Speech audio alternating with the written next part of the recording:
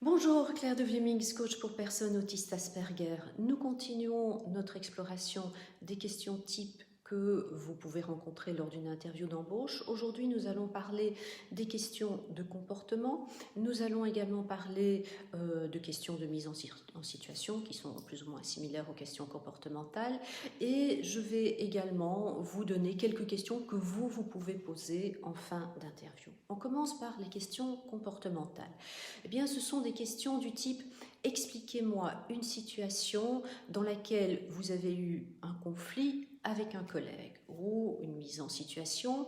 Dites-moi ce que vous feriez si vous et votre supérieur hiérarchique n'étiez vraiment pas d'accord sur un dossier important. » Donc, comme vous le voyez, ce sont des questions qui vont viser à voir comment vous vous adaptez dans des situations délicates, comment vous solutionnez des problèmes et aussi comment vous apprenez de vos erreurs. Et évidemment, pour nous, personnes Asperger, ce sont des questions qui vont s'avérer extrêmement compliquées.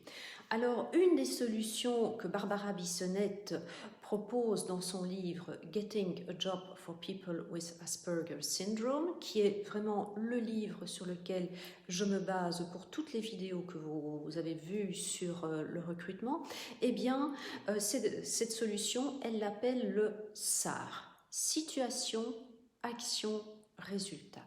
C'est-à-dire que vous allez raconter une mini-histoire dans laquelle vous allez décrire la situation conflictuelle ou la situation difficile que vous avez rencontrée, les actions que vous avez entreprises pour remédier à cette situation et le résultat que vous avez obtenu, de préférence en termes quantifiables. Donc, quand vous allez préparer votre interview, et vous voyez bien l'importance de la préparation de l'interview, vous allez préparer quelques mini-histoires comme cela et vous allez voir dans quelle mesure ces histoires peuvent être utilisées dans plusieurs contextes différents. Comme par exemple s'adapter de manière imprévue, trouver des solutions créatives à un problème, faire face à un obstacle, etc. Alors, là maintenant, nous arrivons à la fin de l'interview et votre interlocuteur, à la fin de l'interview, va vous demander si vous avez des questions à lui poser.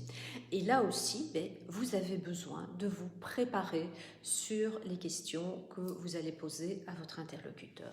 Pour cela, votre première source d'information va être Internet. Vous allez aller sur le site web de l'entreprise et vous allez vraiment bien l'étudier, étudier les produits qu'elle propose, étudier sa structure, étudier éventuellement des prix qu'elle aurait gagnés, etc., pour recueillir vraiment des informations qui vous permettront de montrer à votre interlocuteur que vous êtes bien renseigné sur ce qui se passe dans l'entreprise.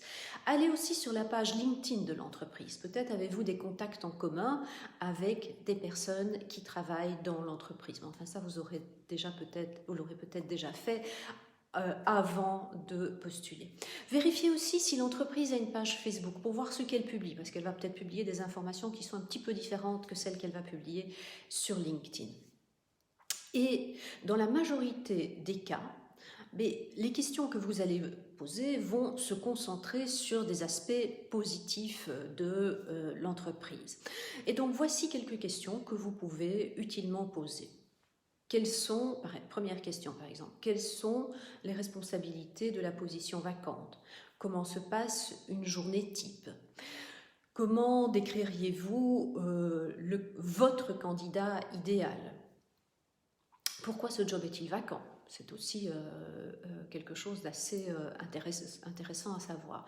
Et puis finalement, vous pouvez poser quelques questions sur l'entreprise elle-même, sur les produits qu'elle va lancer, sur les produits qu'elle a lancés, etc. Voilà, ceci termine cette vidéo. Dans la prochaine vidéo, nous verrons comment vous allez conclure l'interview et ensuite le suivi que vous allez faire après l'interview et le suivi que vous allez faire si vous ne décrochez pas l'emploi. Entre-temps, je vous souhaite une belle journée, une belle soirée et je vous dis à très bientôt.